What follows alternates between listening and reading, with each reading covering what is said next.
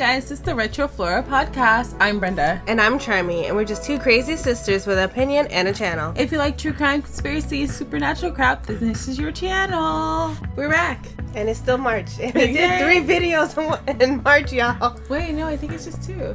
I think. Okay, hold on. You know, you're right. It is just 2. Yeah, okay.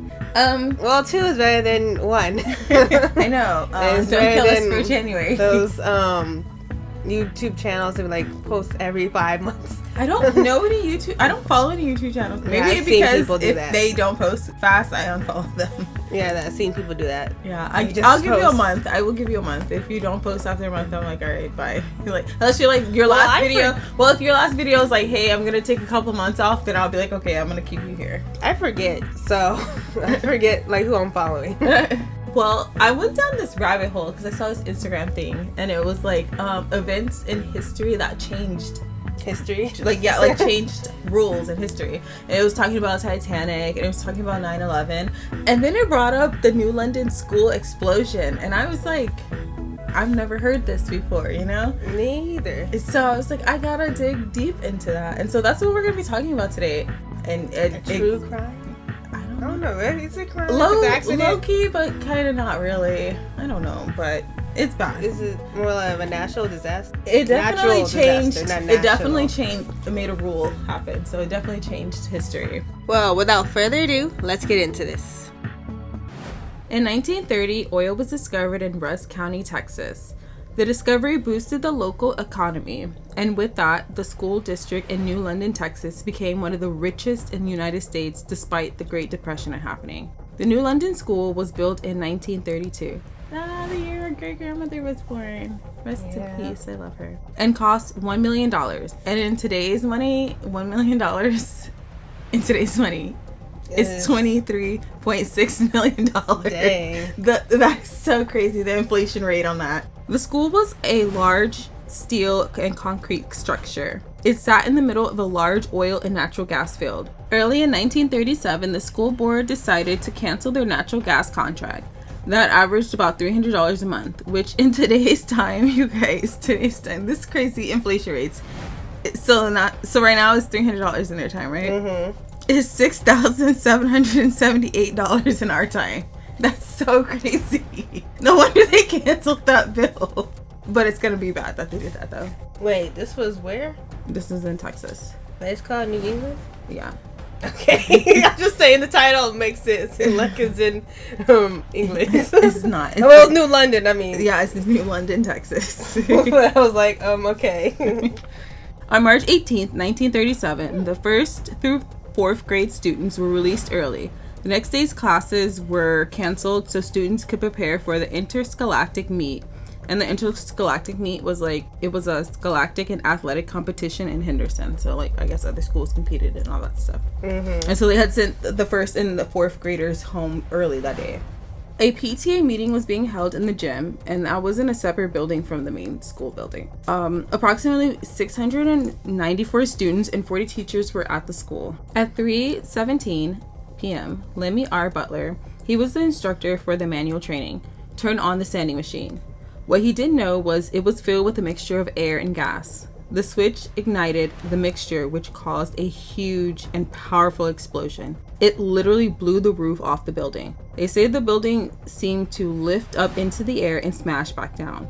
The walls collapsed and the roof fell in and buried the victims in a mass of bricks, steel, and concrete debris. Yeah, dude, they literally said that the roof was blown off the school. It leveled the school, and it was felt 40 miles away. It hurled a 2-ton concrete slab 200 feet away where it crushed a car. This explosion was powerful. It killed most of the victims instantly. Within minutes, the frantic parents who were at the PTA meeting rushed to the school. 15 minutes later, the news had been relayed over the phone and Western Union lines. The news spread around in 15 minutes, okay? I don't know how they did it. They did it, okay? The community residents and roughnecks, and the roughnecks are the oil rig workers. That's what they're called. I know. Yeah, I did not know that. I was like, are they called roughnecks? Yeah, roughnecks. From the East Texas oil field came with heavy-duty equipment and with cutting torches. Within the hour, the governor, James Alfred, sent the Texas Ranger and the Highway Patrol to the scene to help the victims. Doctors and medical supplies came from multiple hospitals and the United States Army Air Corps. 30 doctors and 100 nurses and 25 embalmers arrived from Dallas to help. Tons of people came to help. Dude, 25 embalmers is crazy. Embalmers? Yes. Like, funeral people, like, come to embalm bodies because there's a lot of victims. Wouldn't they just transfer their bodies There's too much to be transferring them. They just came and embalmed them. So they took their equipment with them there? Yeah. And just embalmed them in there. Yeah, I don't really... This also, this is today 19... Yeah, I more don't know. expensive. Like, they take everything out. They fill you up with liquids. Like, I don't know what they were doing in 1937, okay? Yeah, I feel like it was a different procedure back then. Yeah.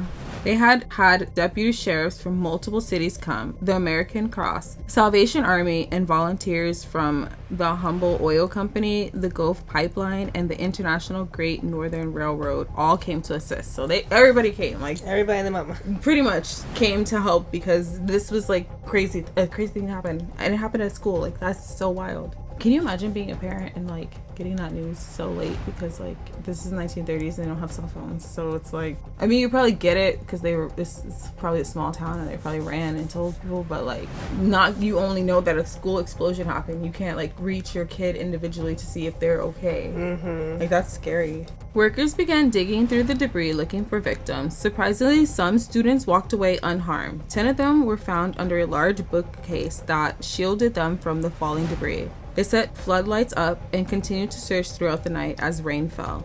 Within 17 hours, all the victims and debris had been taken from the site. Out of the 694 students and 40 teachers in the school, 298 died. Although the actual number of victims remains unknown, about 130 students escaped without life-threatening injuries, which means the rest of the people who escaped had life-threatening injuries. Many victims were identified by their clothing or personal items.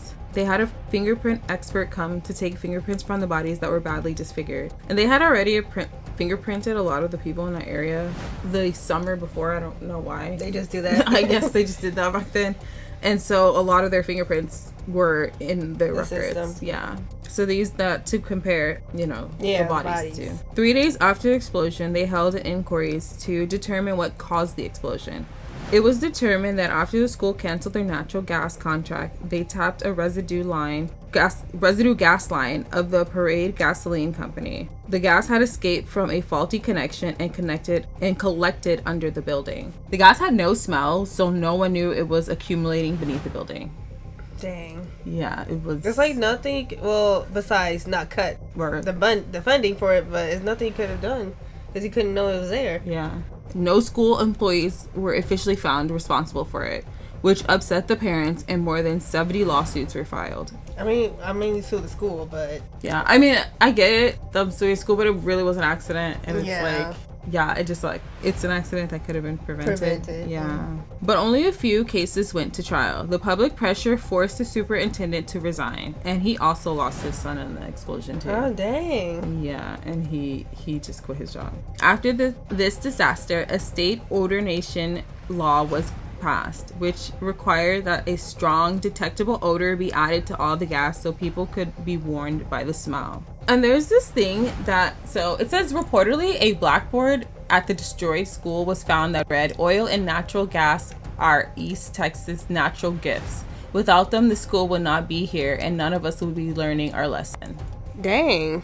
Yeah, that's crazy for that to have been on the board because the natural gas is what causes the incident. Yeah. I don't know if that's true. It just says, I only seen one source that said that, but I just thought it was something to add. That's crazy. This is sad and tragic. I know. And it was under the category of like incidents that changed history. So now there's odor and gas so that you can smell it and know that gas is there. 1 minute you're turning on like that sanding machine and then you're gone. Because like for him it was just boom. Instant. Yeah. Well, you guys, this is a tragic story. Well, you've made it to the end. You must like the sounds of our high-pitched voices and quirky commentary. You might as well like and subscribe to our channel and hit that bell to be notified every time we drop new content. If you want to follow our social medias, they will be linked in the description box below. Bye! Bye, you guys! Stay safe out there. Please do.